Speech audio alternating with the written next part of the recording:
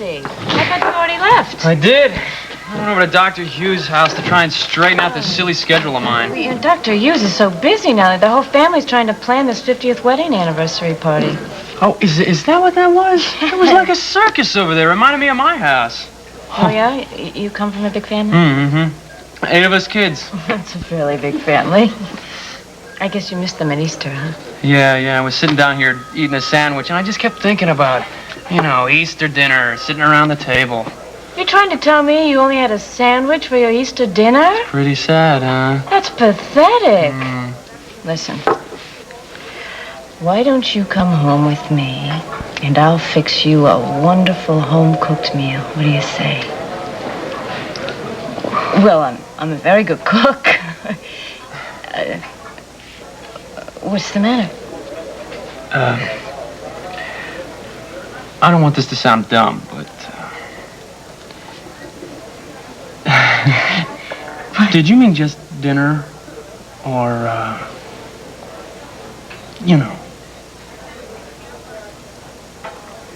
Dr. Peretti.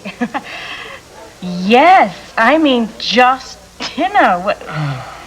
What did you mean? No, nothing. Nothing. Nothing. No. At the hospital I interned at, there were... I am really shocked. A couple of nurses... I am old enough to be your big sister. Well, you got guts, Dr. Peretti. You really do. But I'll tell you, you're safe with me, okay? Okay. Oh, boy. Hello, Brian. Is Shannon here? No. Oh, well, I thought you would be. I want to take us all out to dinner tonight. I stopped by the Corbin house to get Harriet, and You were at the Corbin house? Shannon said she had a meeting there. Oh, well, Excuse me, just a minute. Yeah. What do you have, Ed? All right, I'll take a look at it. Excuse me, I've got to take care of something. Why did Shannon tell me she had a meeting at the Corbin house?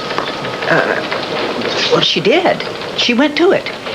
And then she went over to Mrs. Ledbetter's house. She's the head of the volunteers. She went home with Mrs. Ledbetter to discuss something.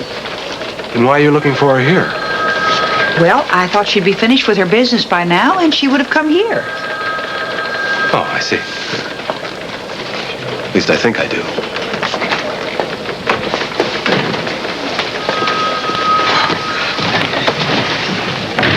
I have a feeling Shannon's up to her old tricks. And who taught her all her old tricks? That's before she was in love, Harriet. I don't like her doing this to Brian. Well, I'm sure Shannon's thought about that. She is afraid to set a date for the wedding. I think we better get out of here before we make things worse. I'll write Brian a note. No, listen, no. We can't do that.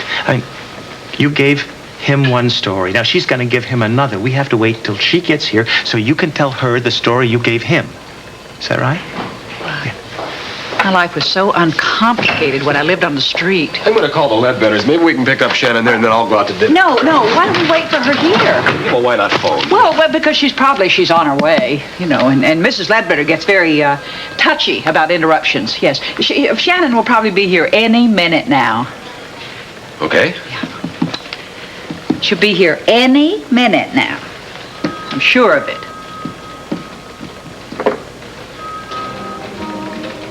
Miss Casey, I'm sorry to keep you waiting. Please, have a seat. What can I do for you? Listen, Mr. Nola, I might as well tell you up front. I have recently had a very bad experience with a private detective. I gave him some information in confidence, and I later realized that he had divulged that confidence. Let me assure you, Miss Casey, that I would never breach a client's confidentiality. I've been in this business a long time.